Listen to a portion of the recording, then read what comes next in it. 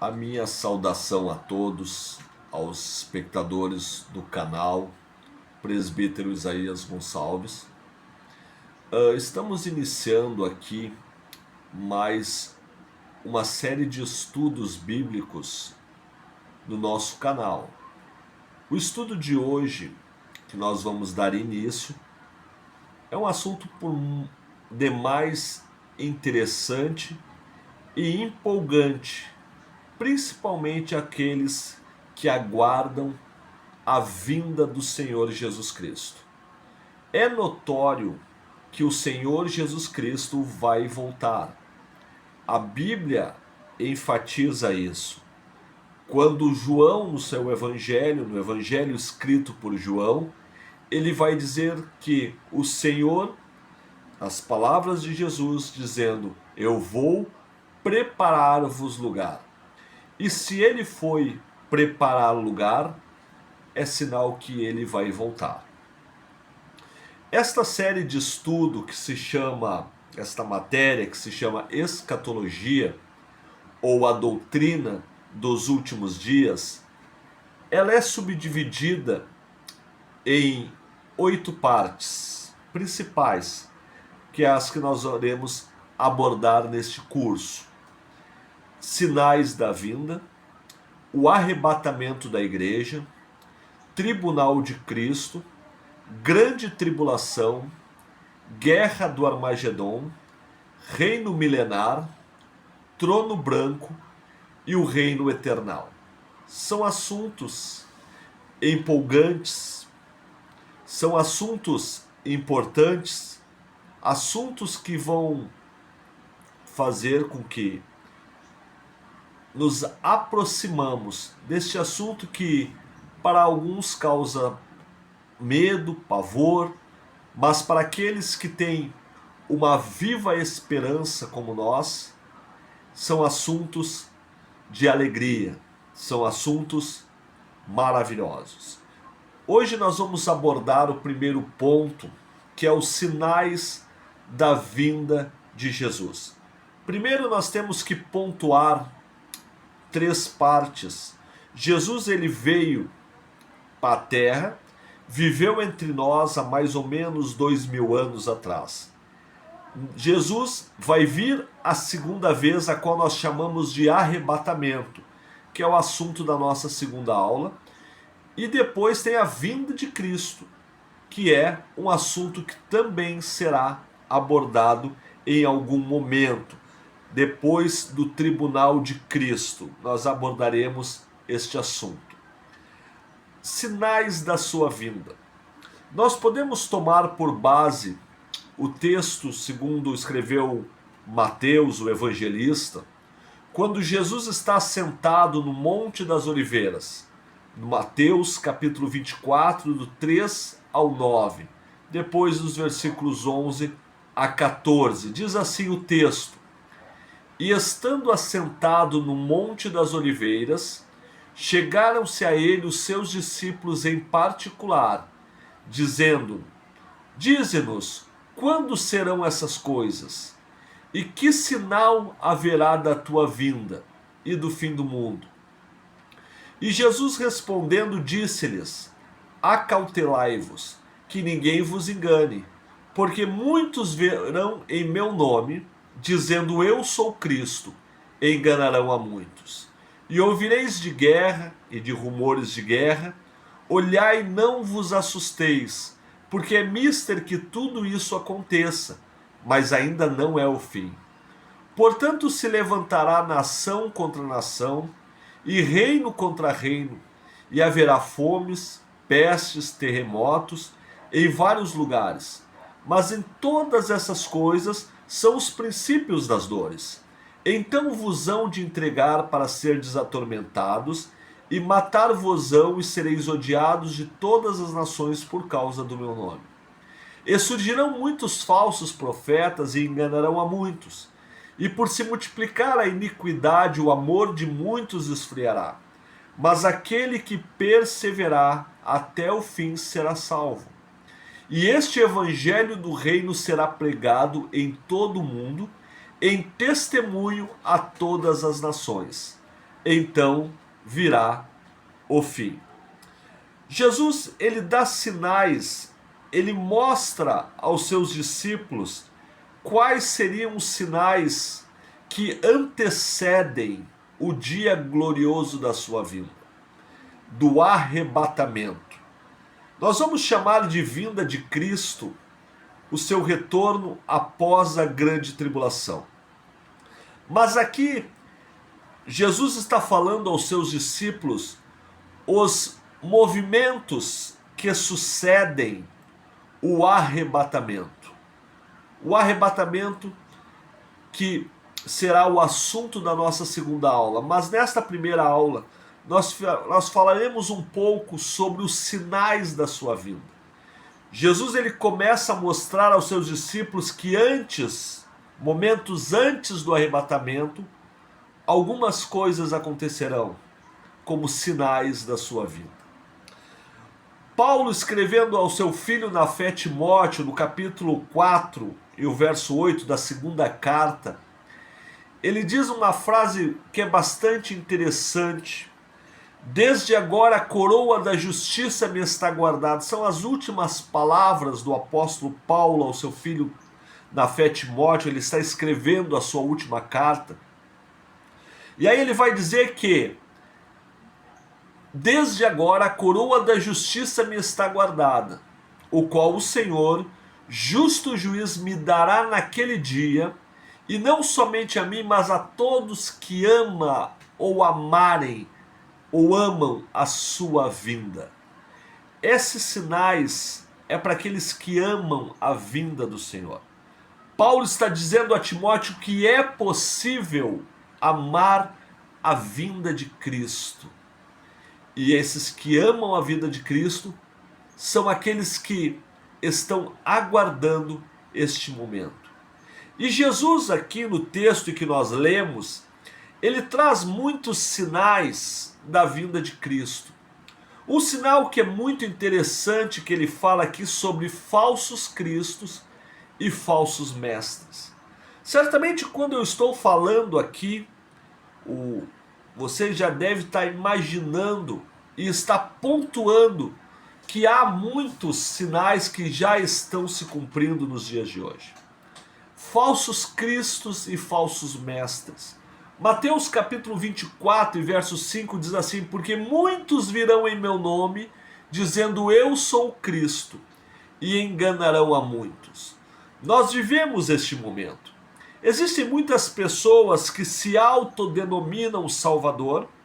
Existem também muitas outras pessoas que se autodenominam representantes de Jesus, trazendo um evangelho, trazendo um evangelho, um cristianismo entre aspas, muito diferente da sã doutrina. Nós podemos abrir as redes sociais todos os dias e nós vamos encontrar vários falsos mestres que se dizem representante de Jesus, mas não são. Ensinam um evangelho que tem a tendência a afastar as pessoas de Deus. Um segundo ponto que Jesus também fala aqui no sermão, ele fala de guerra e de rumores de guerra. As guerras sempre estiveram no cotidiano da humanidade. Desde os princípios, desde o Antigo Testamento, nós ouvimos falar de muitas guerras. E Mateus aqui 24, quando Jesus está falando aqui, ele vai dizer: e ouvireis de guerra e de rumores de guerra. E aí Jesus tranquiliza as pessoas. Olhai, mas não vos assustei, porque é mister, é necessário que tudo isso aconteça, mas ainda não é o fim. O fim, ele não virá por guerra. É o que Jesus está dizendo aqui. As guerras sempre houveram, mas hoje nós vivemos um momento bastante diferente. Nós vivemos um momento de rumores de guerra. Existem conflitos que estão se armando em vários lugares.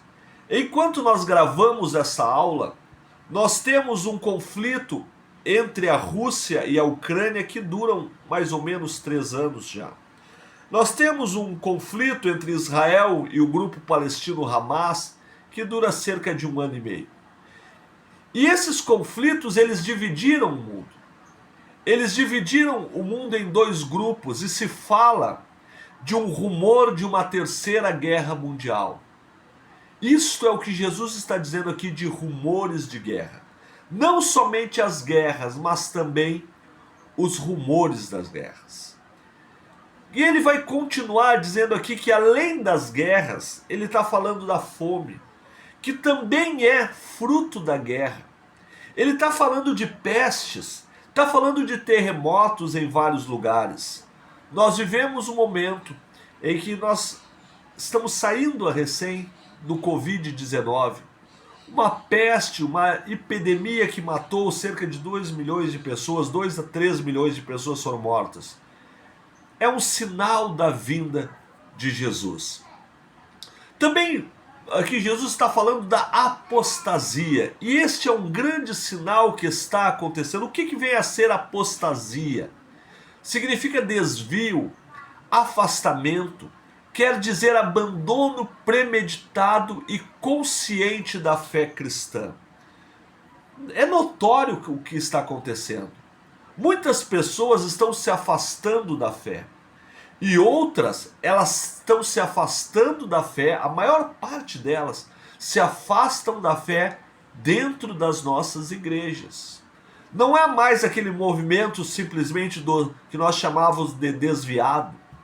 Hoje, a apostasia, ela está intrínseca dentro da nossa comunidade cristã. E é mister que isso aconteça.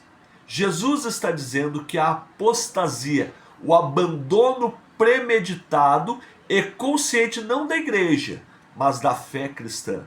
Muitos dentro da própria igreja estão vivendo a apostasia. Paulo, escrevendo a carta aos Tessalonicenses, a segunda carta, ele vai dizer assim, ninguém de maneira alguma vos engane, porque não será assim sem que antes venha a apostasia e se manifeste o homem do pecado, o filho da perdição. Olha o que Paulo está dizendo. A igreja de Tessalônica está falando sobre a apostasia que iria vir para dentro das igrejas. E é o que nós estamos vivendo. O mesmo Paulo, escrevendo a Timóteo, capítulo 4, verso 1, ele diz assim, mas o Espírito expressamente diz que nos últimos tempos apostatarão alguns da fé, dando ouvidos a espíritos enganadores e a doutrinas de demônios.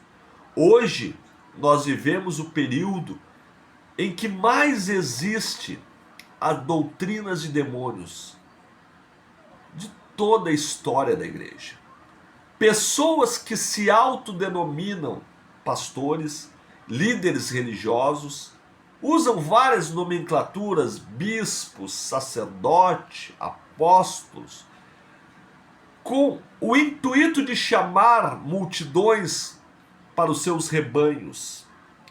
E ali nos seus rebanhos eles ensinam doutrinas que não estão dentro da doutrina bíblica, daquilo que Paulo chamava de sã doutrina. São as doutrinas de demônios, que é sinal da vinda de Cristo. Também vai falar aqui, dentro desse contexto de doutrina de demônio, eu posso citar 3 pontos em que é muito falado. Por exemplo, a confissão positiva, a teologia da prosperidade e o culto aos anjos. São doutrinas falsas. Deus nunca prometeu prosperidade, ele pode dar prosperidade ao seu povo.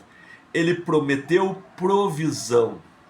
Davi vai dizer que nunca viu um justo nem a sua descendência mendigar o pão. Ele está falando de provisão, ele não está falando de prosperidade. Não que Deus não possa prosperar, existem muitos cristãos, muitos crentes que têm uma boa prosperidade, são ricos, mas isso não é promessa. E essas doutrinas de demônios, elas trazem a teologia da prosperidade como algo que vai acontecer, que é necessário que aconteça, que se não acontecer não está dentro dos parâmetros cristãos, quando não há verdade nisso. Culto aos demônios, aos anjos. Quantas igrejas por aí fazem a angelolatria ou a idolatria aos anjos? E eu sempre gosto de falar sobre isso, que às vezes nós mesmos, numa oração cotidiana, quando nós pedimos, por exemplo, quando vamos fazer uma viagem, e nós dizemos assim: Senhor, protege-nos, coloca um anjo na frente do carro, como se nós disséssemos para Deus: Senhor, nos protege, mas é dessa maneira. E a gente diz para Deus como a gente vai essa proteção. E essa proteção está ligada a um anjo. Isso não deixa de ser uma angelolatria. Deus sabe como cuida de nós. Deus cuidou do seu povo, às vezes com um anjo, às vezes com a sua mão forte, às vezes com a sua própria presença ou com a sua glória. Deus tem uma multiforme atuação de Deus. Nós não precisamos determinar a Deus como ele deve agir ou como ele deve nos proteger. Outro sinal que está acontecendo muito visível nos nossos dias é a perseguição aos crentes. Claro que não da forma que existiu na igreja primitiva, mas hoje existe um outro tipo de perseguição.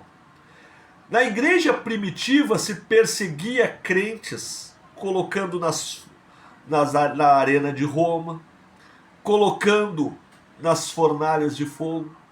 Esta era a forma de perseguição. Hoje, essa perseguição não adiantou, porque quanto mais sangue de crente caía na arena de Roma, alguém até vai dizer que eram como semente, gotas que caíam como semente, onde pingava uma gota de sangue de cristão, 10 surgiam, era como se fosse semente.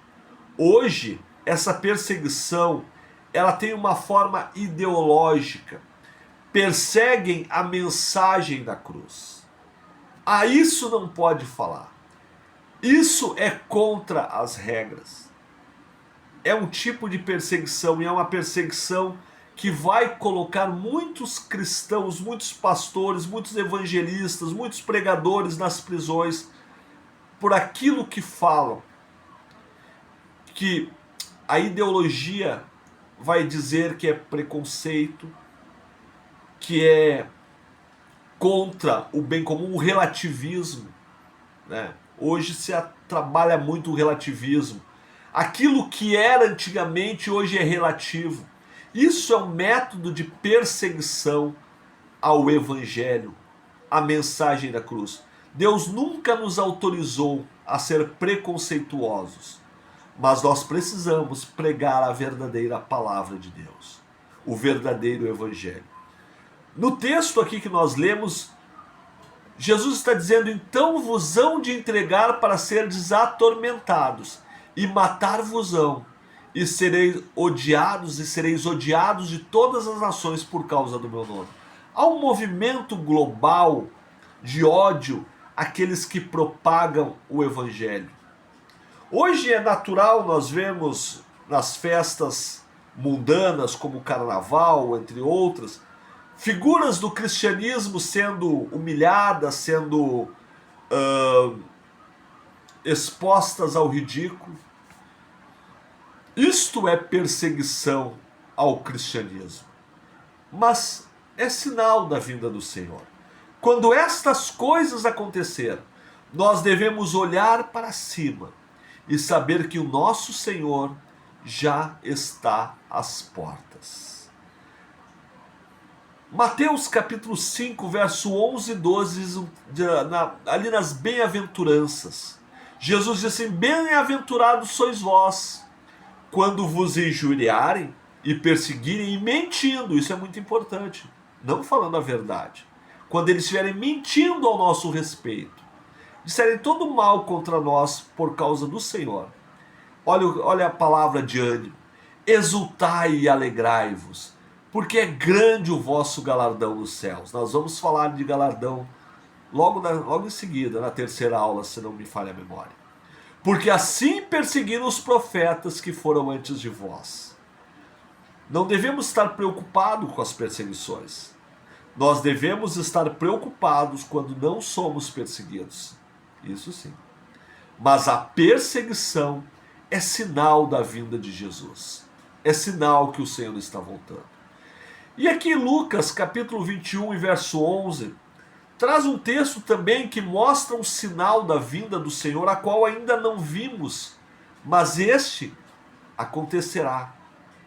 Lucas 21, 11, e haverá em vários lugares grandes terremotos, isso nós vemos, fomes, pestilências, as pestes, e haverá também coisas espantosas e grandes sinais no céu.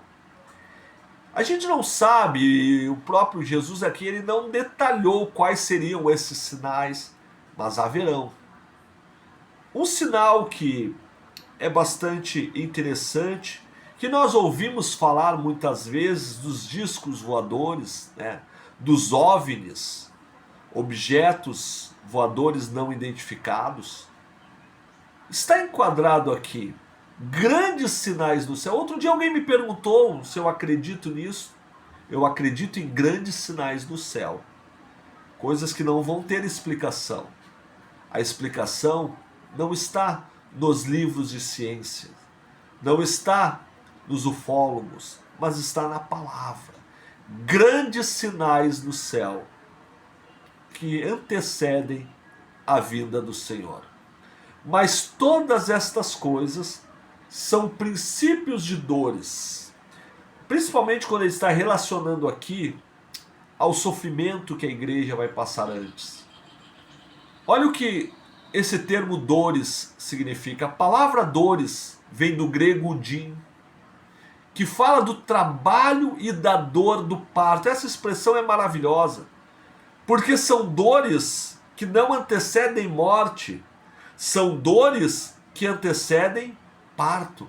E quando fala de parto, fala de nascimento, fala de alegria, fala de um novo momento, de uma nova vida que surge.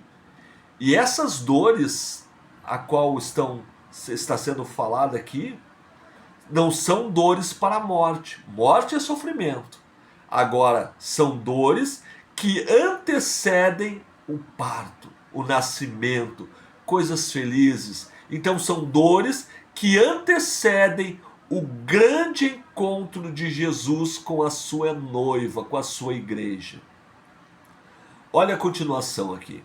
A princípio são relativamente moderadas. Essas dores de parto, todos aqueles que já tiveram filhos, ou a sua cônjuge que teve filho, é pai ou mãe, sabe do que eu estou falando.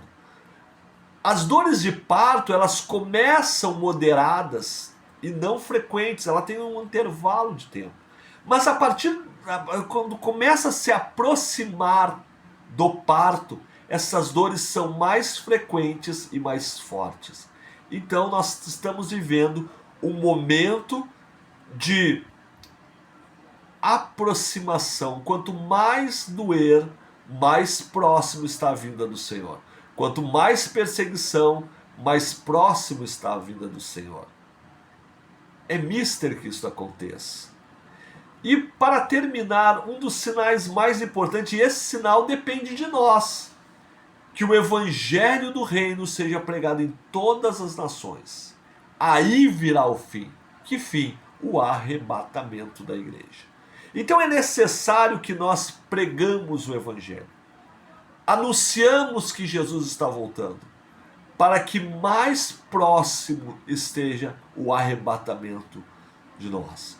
E um sinal muito interessante, aquela visão que Ezequiel teve, quando Ezequiel ele está tendo uma visão de um rio que sai por trás da porta do templo, e ele começa a narrar, e esta água começa a subir até o seu joelho, até a sua cintura, até o seu peito. Daqui a pouco ele tem que nadar, porque não dá mais pé. E ele observa que essas águas tocam as águas do Mar Morto e dele surge vida. Nunca teve vida no Mar Morto. Por isso o nome Mar Morto, pela sua quantidade de sal, não há vida ali. Mas neste momento nós podemos olhar algumas notícias vindo de Israel, dizendo que pela primeira vez na história começa a surgir vida no Mar Morto. É sinal da vinda do Senhor. Jesus Cristo está voltando. O arrebatamento é a qualquer momento. Eu não sei se eu vou terminar esse vídeo para vir o arrebatamento. É a qualquer momento. Alguns determinam a data, mas não há. O próprio Jesus disse, quando estava na terra, na sua fase humana, ele vai dizer que nem ele sabia, somente o Pai que está no céu. Claro que depois, quando ele assume a forma de Deus, quando ele é arrebatado, quando ele é morto e ressuscitado, ele já sabe. Hoje ele já sabe quando será esse momento, mas é só ele. A nós não está determinado fazer contas matemáticas, fazer previsões mirabolantes do dia da vinda do Senhor. A nós estarmos esperando, nos preparando com uma vida santificada para o encontro com Jesus nos ares. Esta é a nossa primeira aula do curso de escatologia. Quando nós falamos sobre os sinais da sua vida, claro que nós falamos de alguns sinais, tem outros, mas os mais importantes sinais da vinda do Senhor nós colocamos aqui à amostra, que Jesus está voltando. Logo viremos com a segunda aula. A segunda aula nós vamos falar sobre o momento do arrebatamento, características do arrebatamento, como será. Siga o canal, se inscreva, ative o sininho, para que quando entre a próxima aula você seja avisado. Deus os abençoe e aguardamos firme este momento do arrebatamento da igreja. Deus os abençoe.